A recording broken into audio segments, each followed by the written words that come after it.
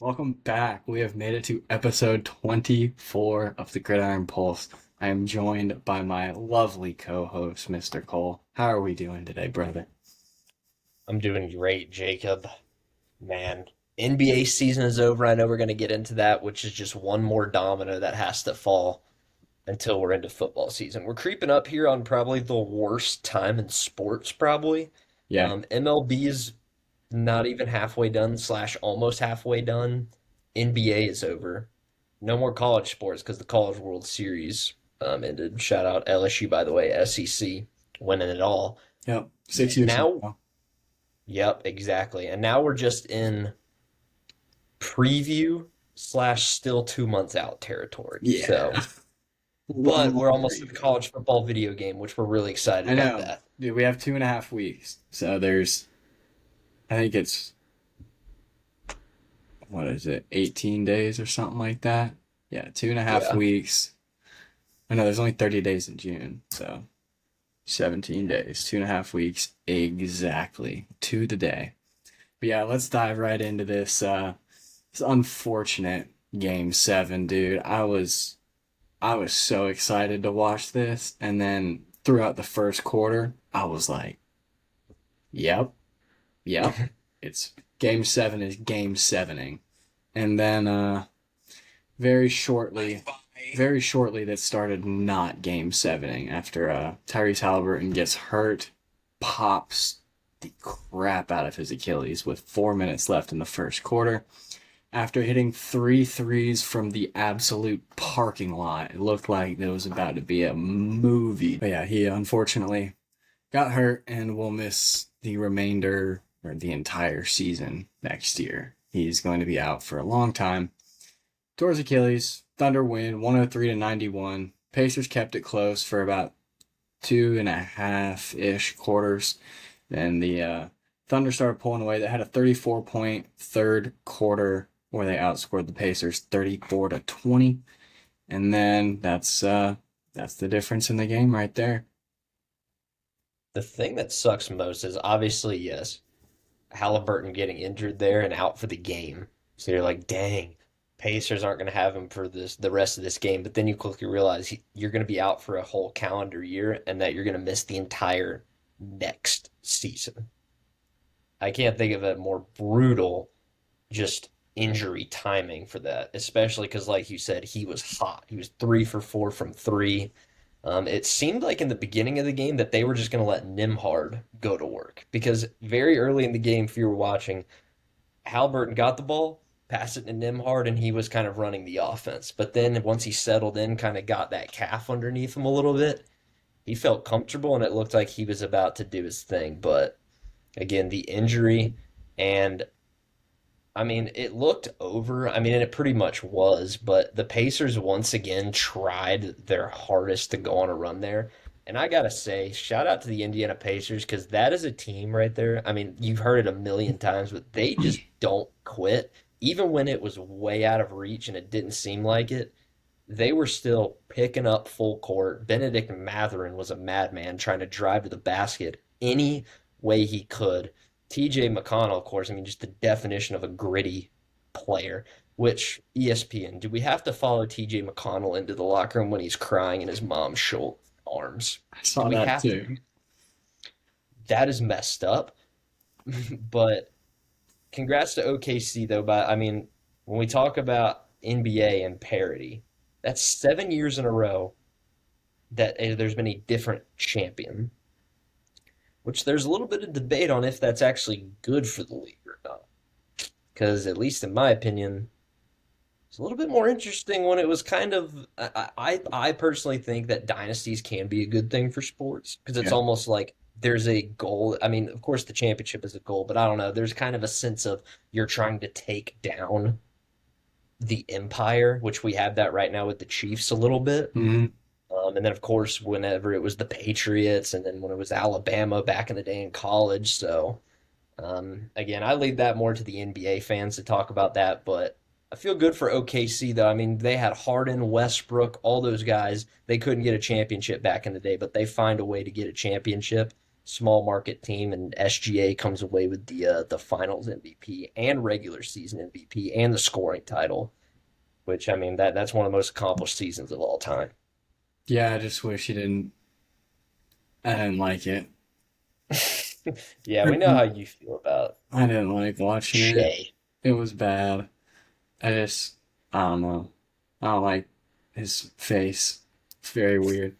But yeah, I, when, someone made a good point, and I kind of like understood it. So when you look at the Thunder on paper as a team, 68 wins, youngest team, they lead in all these statistical categories, and you look at that and you say, and MVP, Finals MVP, you look at that and say, oh, that is a recipe for like one of the most memorable championships and greatest teams ever. But then when you actually watch them play, there's a disconnect between what their stats say on paper and like, while yes, they are very good and like they fulfill all these stats that you say, I look at them and I'm like, I just I don't feel or see this greatness of a team that they're supposed to be. Like I think that if you run the Celtics last year with the Thunder this year in a 7 game series, like I think the Celtics win that in 6 or less games yep. at least. So, and again, not to take anything away from the Thunder because they're the champions and no one can take that away from them, but somebody made a good point when they were talking about that I kind of resonated with. Yeah, I feel like a lot of it kind of has to do with how they play defense versus the whistle that they get on offense.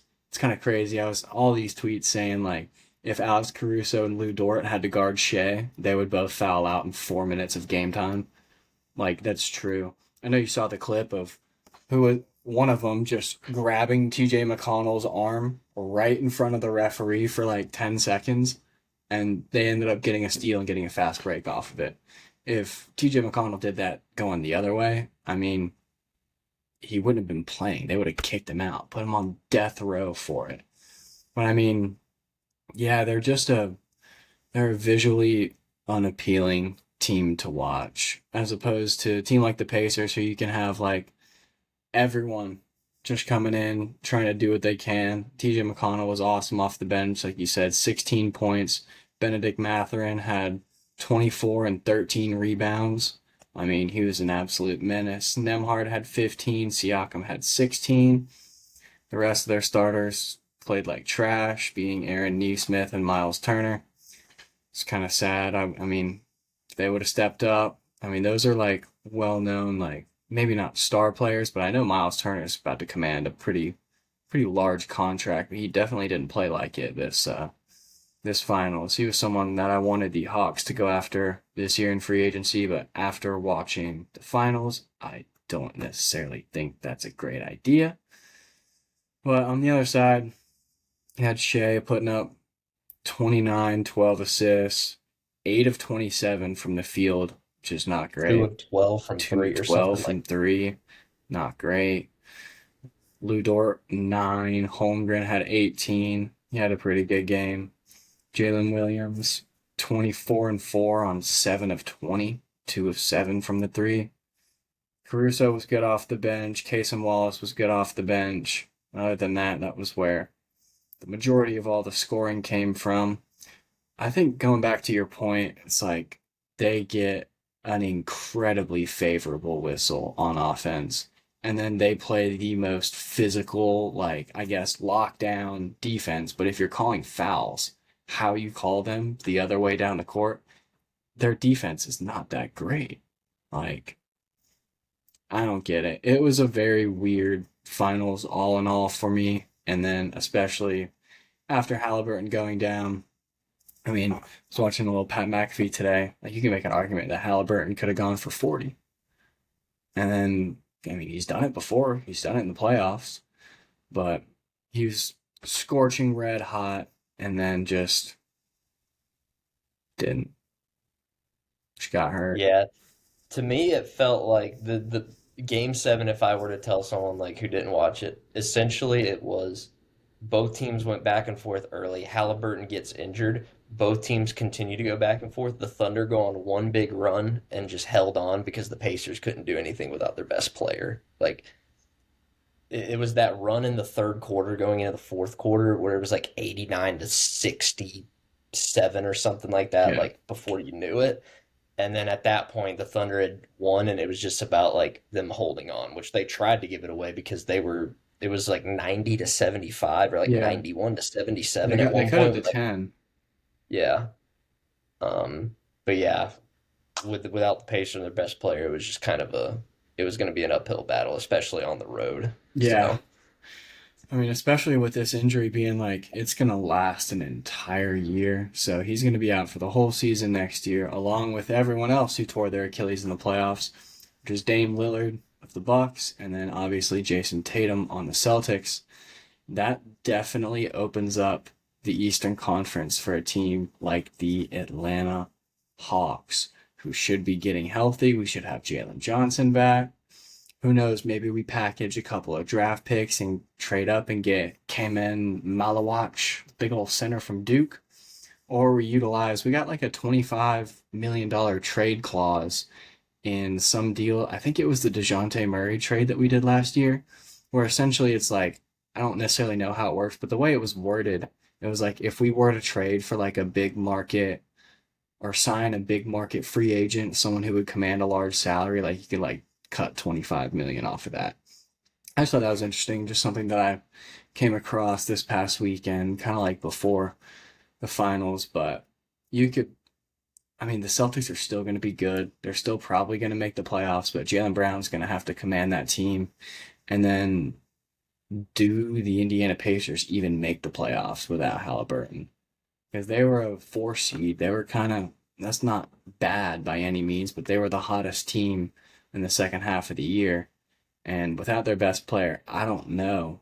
So it's like a couple playoff spots opening up there, and then Milwaukee's uncertainty with Giannis's future, and then already not having Dame for the entire year.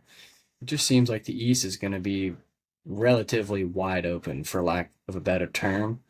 But it's going to be interesting to see. I mean, I feel like we're maybe one piece away, maybe not even. Could be a draft pick, free agent signing, but I feel like if we actually go forth and spend the money, we have a good enough young core, and they're like highly talented. Like they're getting to the point where they're not necessarily a young core anymore. And oh yeah. it would be nice. Just definitely just be better than mid. Like you've been painfully mid. Just like the Falcons, just like the Braves. Just do something different. Then we should be a top 6 seed in the East, not have to play in the play-in tournament. I just want to get back to 2021 or whatever year it was, our playoff Yeah, run it's where we 2021. beat, Wasn't that long yeah, ago. 2021 was a great year. Braves World Series, Hawks go there, Georgia Natty, of course. So I think that is actually a good segue. Speaking of Georgia, recently, within an hour or something by the time we're recording this, Khamari Brooks, 2026 four-star edge rusher from North Oconee, committed to Georgia. He chose Sir, us over Alabama, so that's a little bit more sweetness right there. hold that. Um, but no, this was a recruitment and a guy where I just, when it comes down to it, whenever we really want a guy that's in the state of Georgia defensively, 9 times out of 10, we end up getting him. And that's a whole different conversation with Tyler Atkinson potentially, but staying on Kamari Brooks, this is the guy that we needed because when you look at the 2026 edge class, it's a pretty general consensus that the edge rusher class in 2026 is a little down for what it Weak. typically is. Whereas in 2027, there's already a guy in the state of Georgia named LaDainian Guyton that we are all in on. That is like top 3 player in the class that we're definitely going to be going after. Yep. But really good to get this guy Brooks. He's 20 minutes up the road from Georgia at North Oconee. They breed really good athletes up there. Kind of what are your overall thoughts on it? And I mean, to me, this was big to get this position, especially with the inexperience that we have this year coming in our edge room with Gabe Harris and Quintavious Johnson, just to keep reloading that room. Yeah. And we were obviously very heavy on edge last class, and we're going to be very heavy on next year's edge class. There's a reason for that. It's that this year's edge class is a little bit down for sure.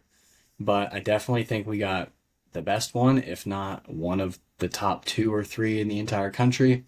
We were all being told that this was Georgia's number one guy on their list, at least in the edge position. Funny little insight here. I had a buddy of mine did some student teaching at North Oconee, taught Khamari Brooks. Said he's hilarious, just like a great personality. He said like Christian Miller vibes type thing. Just team guy, hilarious, and very, very smart. And he's very, very big too, which is good. He's Yeah. got 6'3.5", and then he's got 81-inch wingspan. So that's the trait that we definitely picked out on him. We were like, okay, I want this guy. He's got some long, long arms, and that's very important. And we'll get that extension as an edge rusher. He's very huge. You recruit the players, but then you got to find a trait or two that you just love about him. And apparently, Khamari Brooks, it's all about his mind and his wingspan, which is awesome. Should be a great pickup for us. You want to go ahead and talk about another pickup that we had yesterday, I believe it was. It's Oh my yeah. favorite name in the class. Shadarius Toodle Flips from Auburn to Georgia. Kirby Smart shoves Hugh Freeze in a locker. He Oh, comes into Mobile, Alabama, and takes your lunch money. dude, 6'3", 230 pounds, and just about every inch and every pound of it. That is a big, big dude. I mean, watching his film, watching his tape is a downhill run stopping, can even pass rush some too with that height and length. I'm very excited about Shadarius too. Best name in Oh the yeah. class. Oh yeah, for sure. And to me, this is Tyler Atkinson insurance.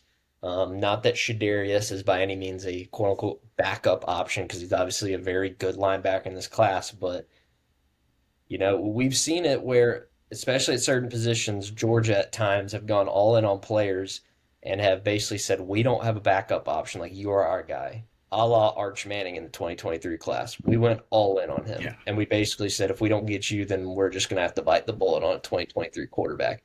And we've seen that as we've had to go to the portal at times I mean, we run in to get Rashada, but obviously, Gunnar Stockton wins the job. But with linebacker, of course, I mean, we get old Shadarius Tootle, which is amazing. And Auburn's kind of on a little bit of a stinker right now, recruiting trail. I think I saw recently, at least a Hayes Foster graphic of there was a player that flips from Auburn to somewhere else. Here, a second, let me pull it up. Yeah, I saw there was something on the timeline today. I didn't see like the actual graphic or anything like that, but it It was was a wide receiver who was committed to Auburn and he flipped to Florida State. nice. So, yeah. There's another flip from a wide receiver today. Vance Spafford flips from Oh, Georgia to yeah. Miami, going to chase a bag. Yeah, this one was kind of expected, at least to me and a lot of Georgia fans, of this was rumored to really kind of be happening. Um, what was I gonna say? He canceled his official visit to Miami recently because he was scheduled to take an official visit there, but then when he canceled it, it was kind of rumored to be this is good news for Georgia because that was kind of where Miami was going to make the final pitch to him, but he ends up going to Miami anyway, so you can't have them all. You can't have them all. I love what we did in 2025 with our receiver class. And, when one weapon leaves, we go ahead and get us another one because just recently, as we're recording this actually, the tight end Caden Prothrow fong bombed to Georgia. Tight end out of Bowden, I believe. Yep. This guy's big dude. He's like 6'6". Yeah. I, I mean, he might even be like more of a receiver, Yeah, honestly. I he's mean, I like know he's 6'6", listed. 215, 220. Yeah, so love that size on him, and Yeah. Not to love it. mention, probably going to get another one this week as well. Just kind of hopefully predicting the future here. I guess we can go back on Thursday or Friday whenever we record next and see how we did. But I'm thinking Craig Dandridge also commits, wide receiver from Cambridge, I think. Yeah, Okay. 4-star from Dandridge Cambridge. from Cambridge. Danger. Dandridge from Cambridge. Try saying that 5 times fast. That is not easy. But another great name in the class, Craig Dandridge, to go along with Shadarius Toodle.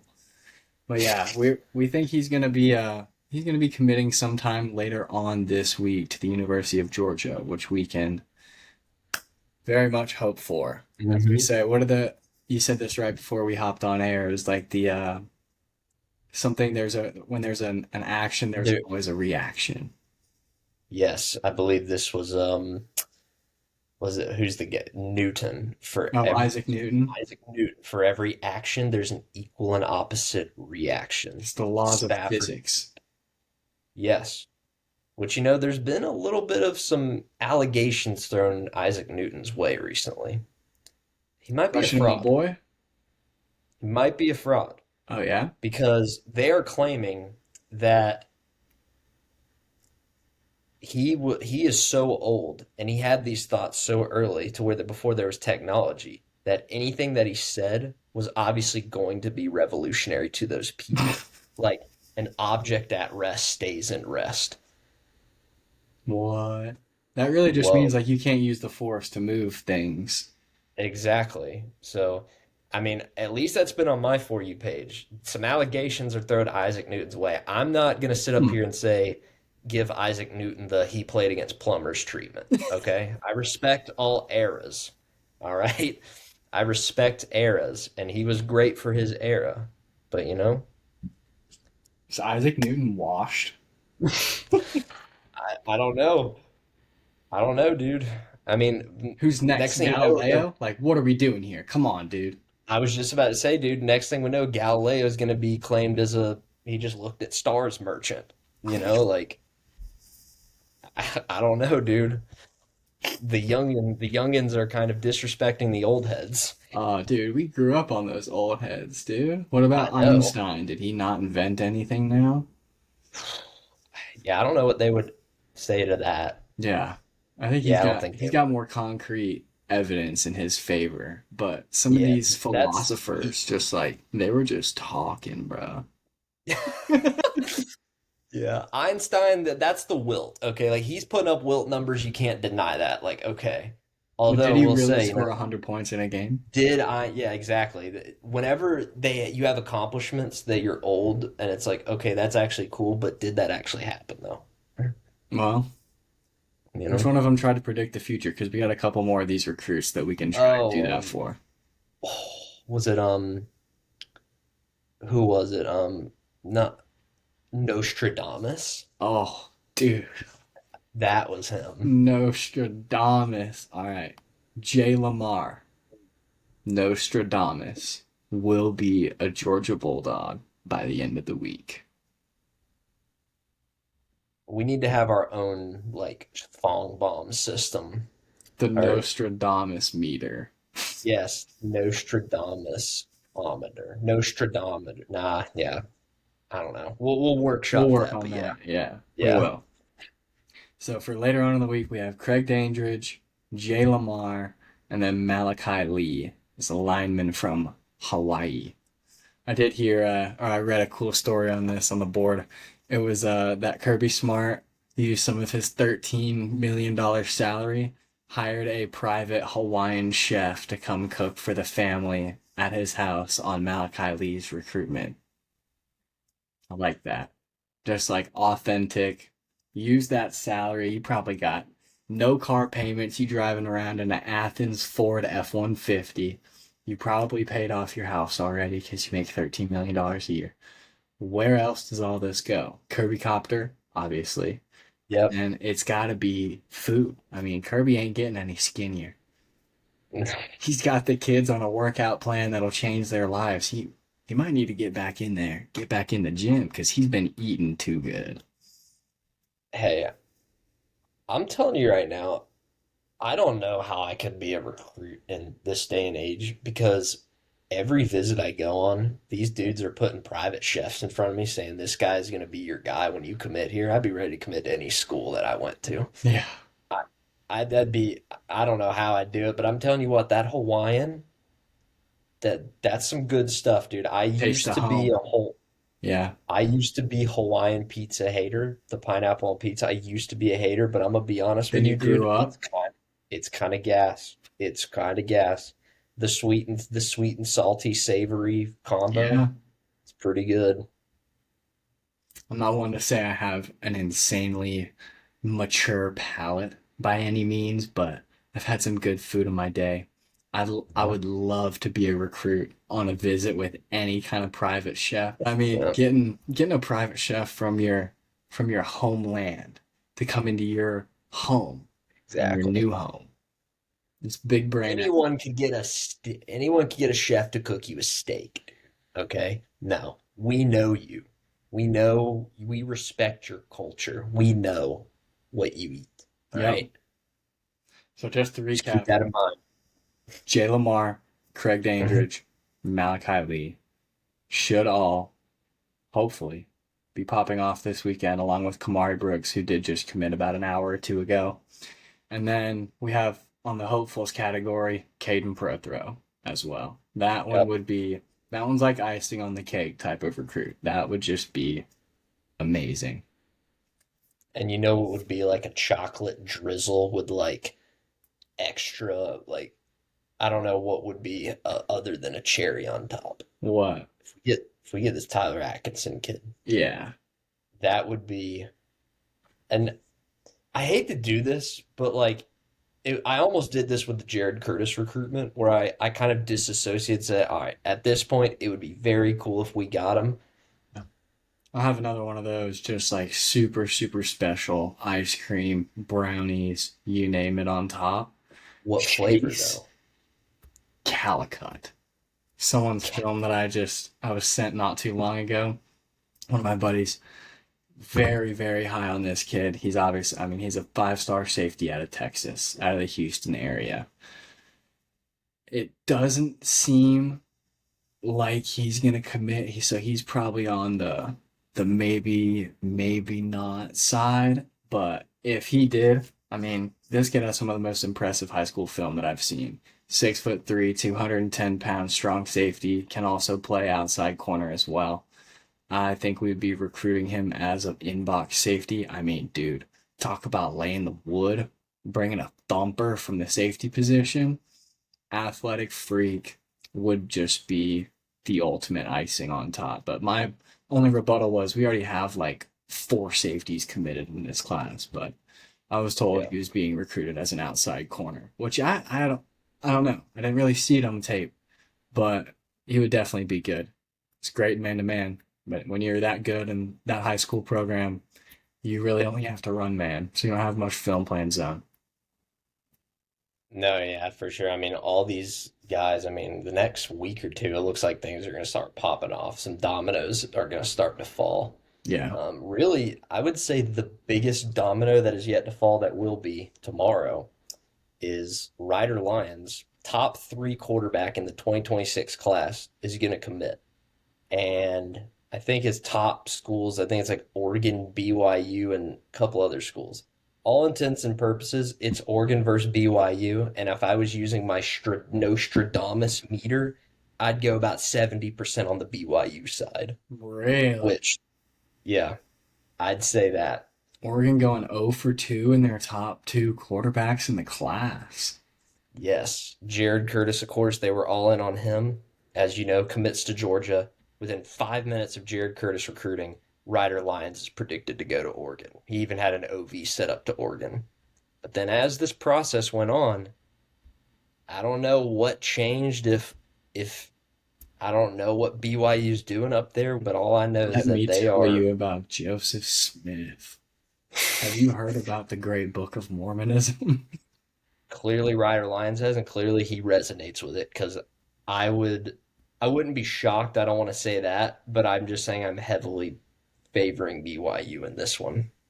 That would be something for sure. I mean, they got that AJ Dabanessa, the number one Debansa, Dibanesa, yep, whatever his name is, number one basketball recruit in the country, BYU, along with the number one overall class, and then Ryder Lyons, top 3 quarterback in the class, probably going to end up rated a 5-star, if not like a very, very high 4-star. Let That's me gonna be look. that's gonna be something for sure. Is BYU a force to be reckoned with? All right. He is a 5-star on the 24/7 composite, and he's rated as the fifth quarterback in the class. So you have Jared Curtis one, Faison Brandon two, Diabell, Keyshawn Henderson, and Ryder Lyons. And as I look at the 24/7, yes, he is 100% favored to BYU. And then let me look at on three if Fong Bomb has anything on Dang. the boy Ryder Lyons.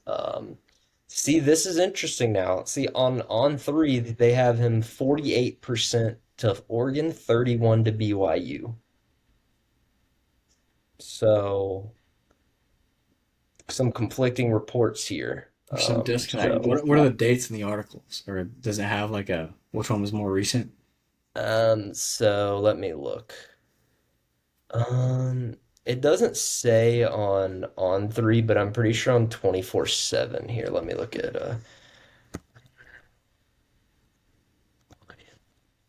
24/7. It usually tells you what date the crystal balls were put in. So they put in their crystal ball on the night, so Thursday at 9 a.m. So I don't know when on three. I don't think. I feel like Fong had a prediction to him to Oregon like a month ago, Yeah. but that could change I quick. always thought it So was Oregon because I saw that as soon as Jared Curtis committed. I was like, oh, Rider Lions, Oregon. I don't know, but in college football 25 terms, the bars he had like BYU like right here, and then Oregon's like right there, and the end is there. If you get what I'm The end talking is about. near. Seems like the end's near for a lot of these high school recruits. They want to finish up before their senior seasons start. At least that seems like the trend that we're looking at so far.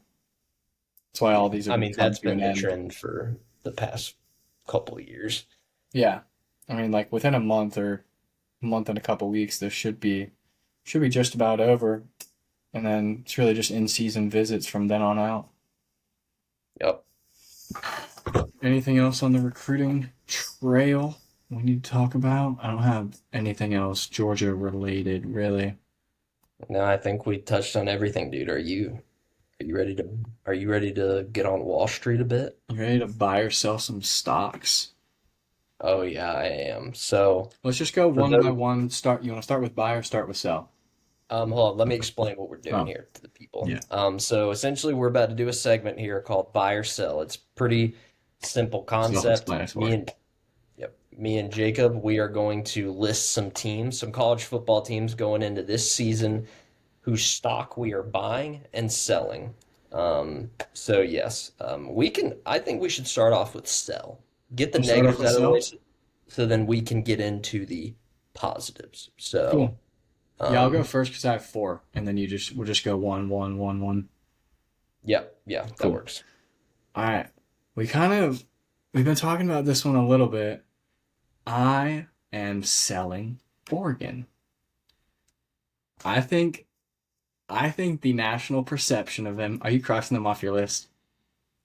Dude, I had them as my sell too, one of them. Oh, They're the dude, I same think we're gonna wavelength, have some of the dude. same. Yeah, I wanted to kind of not necessarily go off the beaten path, but kind of like a hot take because I mean, national media is all over Oregon ever since Stan Lanning got there.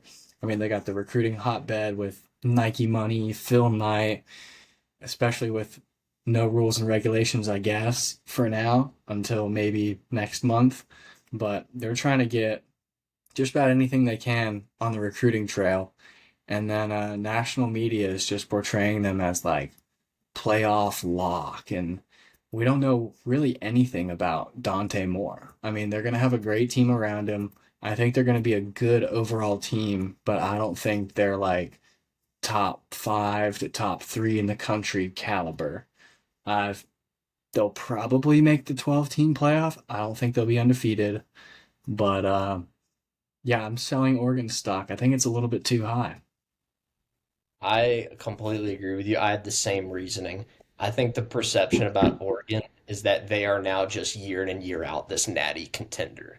And I think their recruiting has a little bit to do with that perception. But like you said, we don't know about Dante Moore. The only thing we knew about Dante Moore was him getting absolutely thraxed in his year at UCLA, which people say he's experienced. He has a year. I'm going to tell you what, that experience is to a detriment. Okay. I can guarantee you that dude has scar tissue and he sees ghosts out there because UCLA tried to murder that guy. Okay. Still one of the dumbest flips of all time to UCLA. Right, Dante Moore, by the way. He just to end up at the school that he originally committed to, which he probably would have started last year because they had to go to the portal to get Dylan Gabriel because you flipped UCLA anyway. Yeah. Yes, we got to talk about this too. Who is their best receivers outside of Evan Stewart? You have Decorian Moore, who's a true freshman, which fine and good, 5-star, number one Yeah. receiver in the nation, really good player. But I think the Jeremiah Smith, Ryan Williams resurgence has kind of gotten people a little too expecting of true freshman wide receivers and that they're just going to automatically come in and put up 1,000 yards like that. I don't see that. Now he very well could, but again, that's a risk of you counting on a true freshman to be your number two wide receiver. And then outside of that, it's a bunch of unproven guys like Jurion Dickey, who was a high recruit, but he hasn't proven much. I don't know who their tight end is. They're counting on two transfer offensive linemen who, if they don't hit, then their offensive line is going to struggle. They got the Isaiah World kid from Nevada, and they had another kid that they got from the portal, which those are good pickups. Those are like the number one and two linemen in the portal. Again, you're counting on those guys translating. And then we don't know what their defense is. So you're in the Big Ten. They're going to have to go at Penn State for one of their games. I know that. And you're kind of counting on a quarterback who's unproven with all these expectations. So I agree. I think their stock is about as high as it's going to get Yeah. because I think they go, in that 9-3 range. Yeah. That would be interesting to see. I knew we would have at least one crossover the same list. For Yeah. viewing purposes, we did not talk about this beforehand. No. We had the idea of the segment, but came up with our own teams. So let's see if there are any more crossovers here. Or should I go ahead and go with mine now? One of mine. Yeah. Okay. I'm selling Penn State. Ooh. I think that they are getting top 3 hype. And I get it. Drew Aller is one of the best returning quarterbacks. I get it. They have a lot of returning production.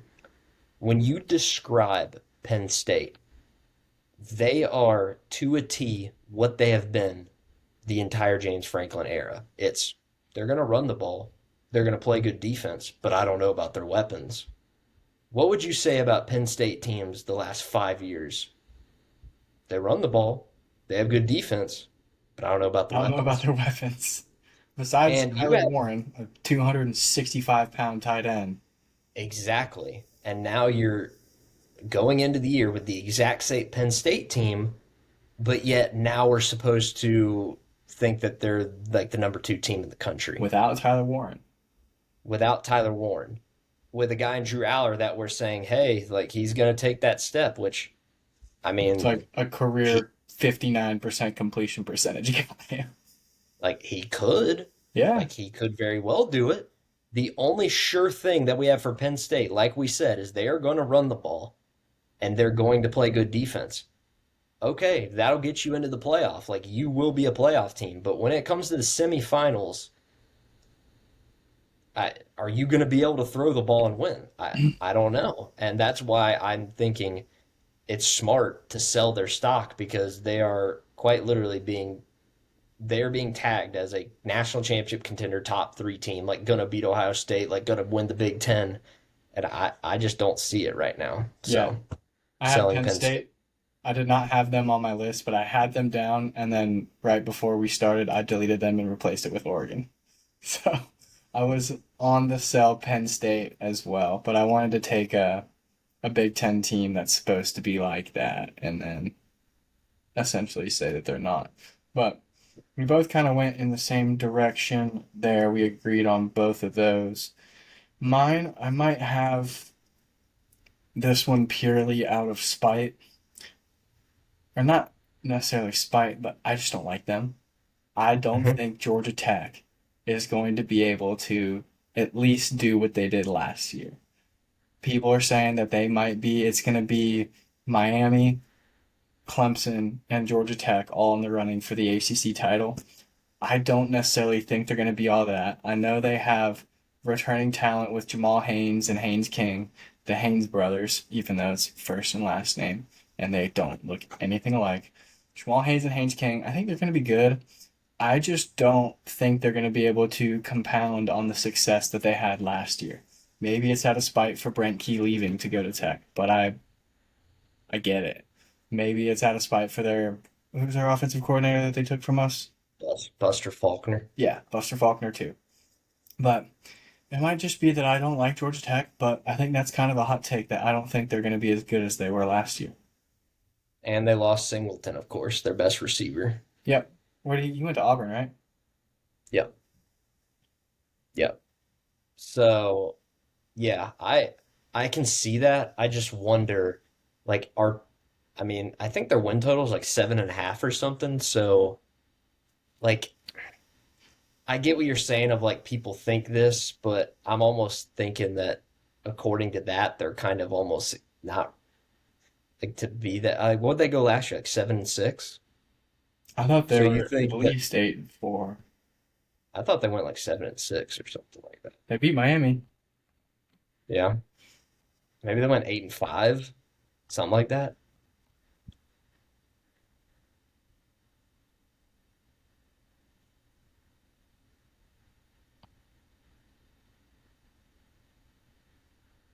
Oh yeah, they were 7-6. I don't care.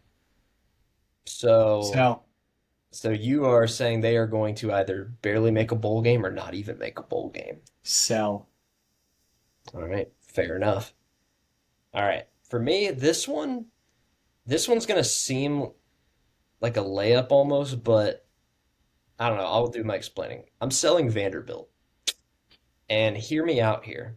You might look at that and say, dude, like Vanderbilt, really, bro? I'm gonna tell you something. The perception about Vanderbilt and what they are now is night and day from what it was last year. That win against Alabama single-handedly made their stock more expensive. Yeah. Okay? That in and of itself. Diego Pavia, him coming back single-handedly increases what people think about them. Coming into this year, they are going to be the most trendy. Oh, they play Vandy this week. Watch out. But I mean, they're going to be probably, I mean, they're going to be worse than last year, I think. Because at the end of the day, you're not beating Alabama again this year. Yeah. And I just think that they're going to go back to that, like here, what's their win total? Vanderbilt. I looked at their schedule the other day. It's ridiculous. They got Texas. They got at Bama. I mean, their win total's 4.5. So, like, they could easily go under that. Like, I think they're going to go back to being the bottom of the barrel 4-8, 3-9 ish type But team. dude, did you Whereas not see Diego Pavia's interview on Bussin' with the Boys? I did. I just think if you were to ask the average college football fan what Vandy's going to be this year, they're going to be like, oh, dude, yeah, they're like good team. They'll make a bowl game. Whereas I think that would be a stretch, them making a Yeah. bowl game. Just for that, I'm selling their stock because I think it's about as high as it's been since the James Franklin days. I like that. I agree with that. Their Yep. schedule's brutal too. And that's it for my sells. So you can go ahead and finish up with the rest of your sells. Yeah, when you look up Vanderbilt's schedule, the first thing that comes up is Vanderbilt basketball. I just think you should know that. Not even baseball. No. Trying to get us to buy basketball season tickets. All right. My next sell that I have, this might be an odd one, but I think it'll be a fun one. University of North Carolina Tar Heels. Selling Sell. Bill Belichick. I am out. I think Jordan Hudson's the head coach. I think Jordan Hudson is the general manager. And I think they went 6-7 last year, and they had Amari and Hampton. who almost amassed like 2,000 yards. I know he got 2,000 total yards one of those years, whether it was last year or the year before, I don't remember. But when you lose a first round running back like that, obviously the focal point of your offense, and you just go out and make one of the most, I don't know, maybe irrational decisions, trying to replace some old head that had been at your program for forever with another old head who's never been at your program before, I think is kind of an interesting way to go about things for sure. Yeah, they were 6-7 last year, whatever. I don't think they make a bowl game. I am out and selling North Carolina. Now, I am curious about this win total right here because I It's probably I six and a half. think I think that their schedule is like Indiana's last year, the last I Ah, checked. Like that it sucks. is North Carolina win total. Oh, wait. Where is North Carolina win total? I can't find it right now, but I'm sure I if you were to look at it, I guarantee it's somewhere between 7.5, like something along those lines. I think Yeah. it would be. So, My last yeah. one, selling FSU. I got a short quarterback. Can't see over the offensive. I mean, dude, how expensive is that stock? What are you recouping on that, I dude? I think mean, that's a penny stock. It's a it's penny stock. it's not taking that much of a hit from last year because the media is trying to claim that as like a one-off year. Like that was just a fluky, really bad season. I'm sure their win total is probably anywhere between 7 or 8. They're projected to go middle of the pack in the ACC. I think they're going to repeat what they did of last year. That one might also, too, be out of spite because I hate them. But that's okay. I'm out on Castellanos. I thought he was good at Boston College. He was fun to watch. I don't know if he was ever good. He was never that good of a passer in general.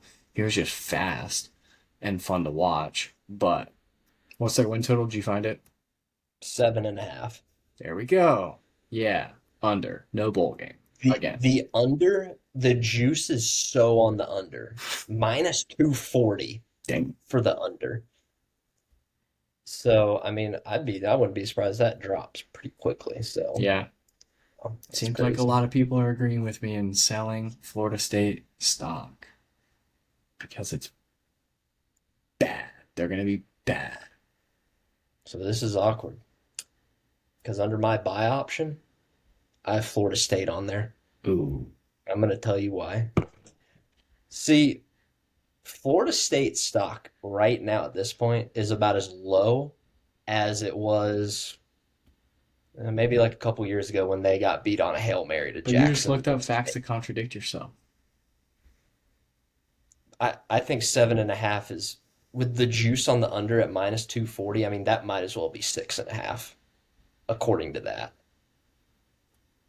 And I don't think that the public is perceiving it as a one-off year, to be honest with you. I think that people are almost out on Florida State and like that Alabama Florida State game. And I'm not telling you Florida State's going to win this game. Do not let me say.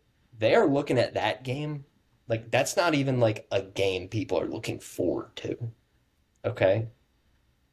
I think that Florida State stock, like to me in my mind, they're a penny stock, and I can only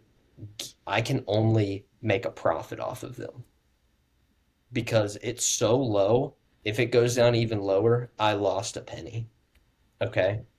For that sheer reason alone, I'm buying it because I think that they could creep on and hit that over and go like 8-4 and I'd make a profit. So just not because I think there's some crazy good team or whatever. I just think it's so low at this point, and the name of the game is buy low, sell high. I'm buying when they're at their lowest. When they go 8-4 this year, best believe I'm cashing that token in. Buying Florida State. Selling Florida State. All right. On my buy list, I have the Baylor Bears. Ooh, Dave You, Aranda. we are buying Dave Aranda. You are no longer on the hot seat. We are buying Sawyer Robertson, who I'm being told is one of the 10 best returning quarterbacks in college football. Did I get my information from a college football dynasty last year? Yes, I did.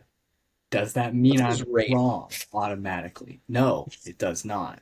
So I think Baylor can, I mean, you could pick just about anyone in the Big 12 and claim them to be one of your sleeper teams that's going to sneakily make a run at a conference. But yeah, I have Baylor Bears, dude. Sawyer freaking Robertson. I'm gonna tell you what, dude, you are putting a lot of stock into that week one Auburn game because they lose that game at home. Your stock is I your stock's looking bad. absolutely think they will beat Auburn. Oh, okay, yeah. Because if you win that game, you beat an SEC team that has had some promise, and you're going into Big 12 play. So, Sky's the limit, baby. okay, Take the Baylor train. all right. This one, I'm buying USC. Ooh. I'm buying USC. That might be controversial when the thing USC comes up. People have a reaction. I personally think that Lincoln Riley right now, his overall perception of him as a coach and his stock as a coach is the lowest it has been since he started becoming coach. We forget just 2 years ago, this man was getting linked to the Dallas Cowboys head coaching job. Stinking Lincoln. Okay. This is what his stock has been doing. And the results on the field show that. But look what they're doing in the 2026 class. But they have a number one class in the country right now. And even if, let's say, a couple kids decommit, right now for where they stand, with most of the top prospects going to be off the board, they're going to finish with a top 5 class. And I think Lincoln has done. You knew that the defense had to improve, and you knew that he had to change something fundamentally in his program to get his defense back. Yet last year they took a small step forward. Their defense was not generationally awful, which is an improvement for Lincoln Riley defenses. You know he's going to recruit the quarterback well. And I think right now with the way that they're positioned, being in the Big Ten is tough.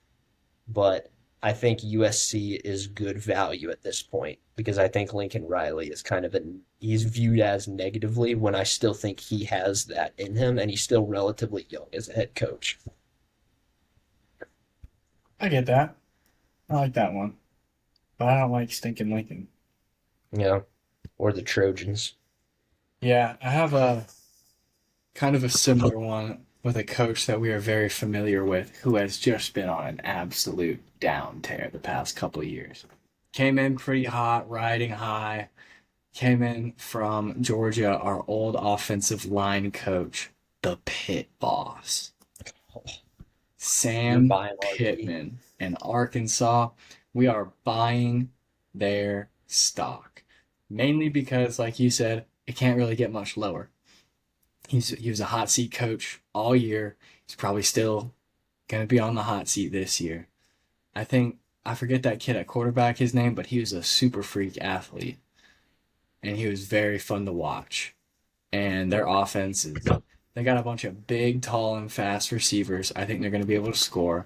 And their defense really just has to get a little bit better than it was last year.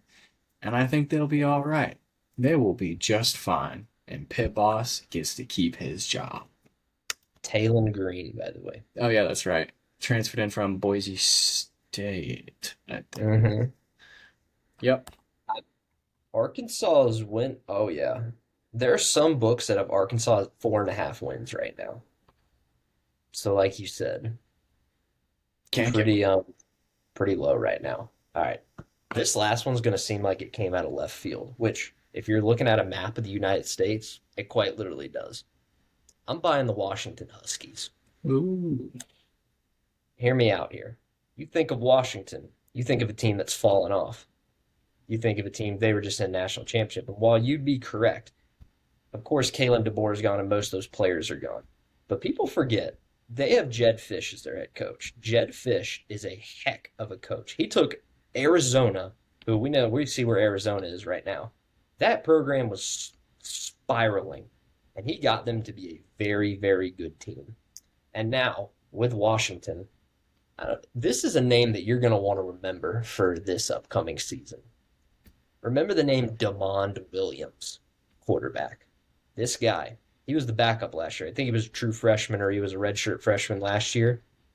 He started a couple games, and his stats, he completed 78% of his passes, threw for almost 1,000 yards, 8 touchdowns to 1 interception. Dang. Good on his feet, too. And right now, Washington's win total is 7.5. And if we look at their schedule right here, this is who they got. They got Colorado State week 1, dub. UC Davis in week 2, dub. L. They have the Okay. they have they have the Apple Cup at Wazoo. John Mateer ain't walking through the door. That's 3 wins. They have Ohio State at home. Okay, 3-1. They go to Maryland. Okay, now that could go either way. 3-2. Four. We'll put it in the loss for the sake of the argument here. 3-2. Rutgers at home. 4-2. At Michigan. All right, we'll give them 4-3.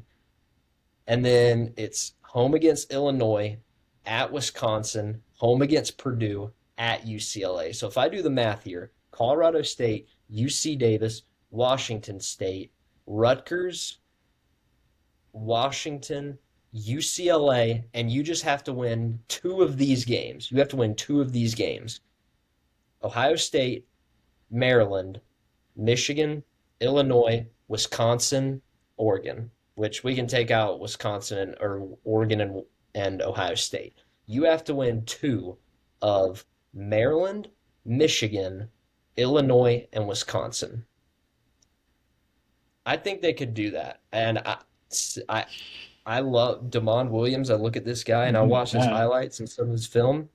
He is explosive, and I think they still have, of course, no Natty. I'm not saying they win a Natty, but I think they have that special magic in them to be a team where you look up midway through the year and you go, "What the heck? Washington is 6-1 going at Michigan for game day, or not game day." No, I'm not saying that, but that's going to be a sneaky game, and people are going to look up and say the Huskies are hot right now. So, buying. That'd be an interesting one for sure. I don't know about that. That 4 games, gotta win 2 of them. I think you get Maryland, but I don't know.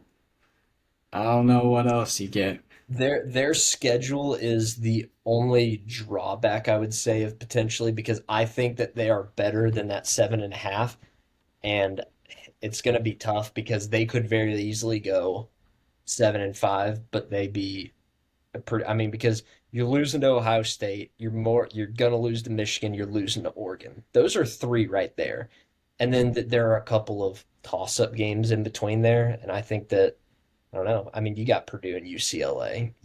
I don't know. I have a good feeling about them. At Yeah. Husky Stadium, that place gets rocking, and that's gonna be a big time advantage. Yep. I like that. I took another team from Big 12, considering I basically see it just be wide open. And that is going to be the Kansas Jayhawks. They had a very disappointing year last year. They went 5-7, 4-5 in the Big 12. Not great overall. They have Jalen Daniels. He is returning. And their offense looks to be pretty solid next year. So I do have their schedule. I wonder, can you try to look up their win total while I go through their schedule? They start Fresno State at home, W. They have Wagner at home. I don't know if Wagner's going to come flying through the gates and just beat the crap out of them, so I'm going to have that as a win.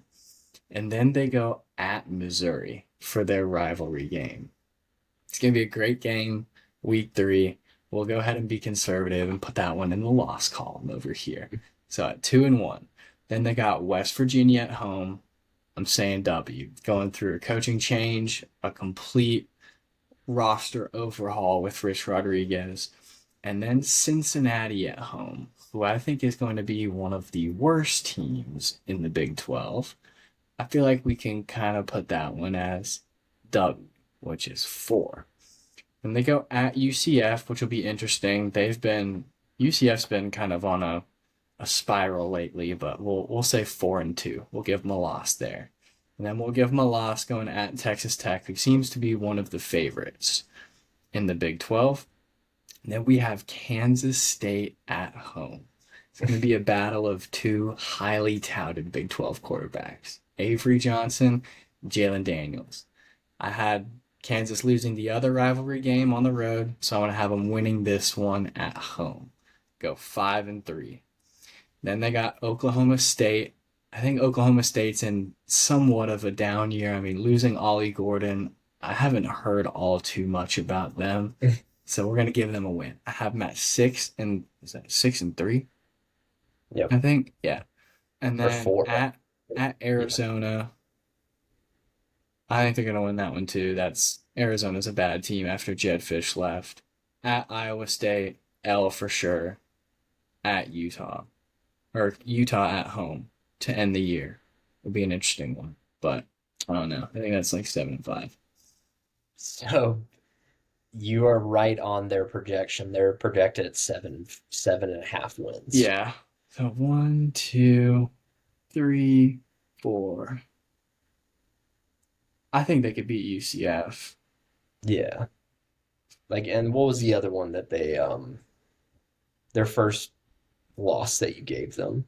At Missouri. Missouri? Without Yeah. Brady Cook, Luther Burden. What about Damon Wilson coming off the edge for him, dude? Missouri. Ooh. Dude, Yeah, that's going to be an play. interesting one because I will say they are definitely lower. Their stock is than it was last year. Last year they were being touted as a potential playoff team, like favorites to win the Big 12 type of thing. And they did really not. only lost that running back, and they have another good one that was behind him. Like whenever he came in for whoever his number, he was number 4, Devin Neal. Devin Neal. Whenever the backup came in, I was like, this guy's got some juice. Like he was flying around out there. So that's why I have Kansas. I have Arkansas and Kansas in the bye section along with Baylor, and then selling Florida State, Tech, UNC, and Oregon. And now let me recap mine here. I'm selling Oregon, Vanderbilt, and Penn State, and I'm buying Florida State, USC, and Washington. If I were to see the gains that I'm gonna have on this year, if these were stocks, I'd say this is a bit of a risky side, but I say that, but it's not. Like I'm buying Florida State. They're literally like $1, if that. So, we'll see. Oh, you mentioned something that actually came to my mind. So you said Cincinnati is projected probably to be one of the worst Power Five teams. I said Is in there the a Big 12. bigger lose-lose situation than Luke Fickell leaving Cincinnati to go to Wisconsin? You leave Cincinnati, who you had built up to be a group of five powerhouse. And if you stay there, you go into the Big 12 conference with the momentum you have and building up that program, and you can go on a tear because the Big 12 is wide open. You go to Wisconsin, and you've just been just bad, Yeah. not good, like just no sense of direction. No, you bring in Tyler Van Dyke all these years to be your QB. You're trying to be an air raid team, which Wisconsin's not thrown the ball in their program's history. Weird. I don't know, man. It's just unfortunate because I genuinely think if Luke Fickell had known what was coming with this conference realignment, he would have not left Cincinnati. Yep, At least that's my opinion. I agree. So, Yeah, he'd be in a prime spot right now, sitting in a Power Four conference with probably a very good Cincinnati team. I also think I said that Kansas was gonna lose to UCF. They went 4-8 last year. I'm gonna take that one back and say that and good, their head coach Gus Malzahn just left to be the OC at Florida State. So, upward trajectory, over 7 wins. I like that for Kansas. I almost took West Virginia too as a buying stock in them because of Rich Rodriguez. Maybe I'm drinking too much of the Pat McAfee juice, but he always talks about him. Makes it seem like they're going to be okay. I mean, they got a lot of room to improve. They were 6-7 last year, so that one will be interesting to see. great. Now that was a good little segment, good thinking exercise now. So whenever you turn on a Washington Huskies game, and you see Damon Williams running wild, you're gonna be like, dang, they're Cole more bought his stock. I bought his stock and I am recouping all of the fake investments that I would have gotten if this was real. So, yeah. Absolutely. I love it. Well, we got anything else we need to add?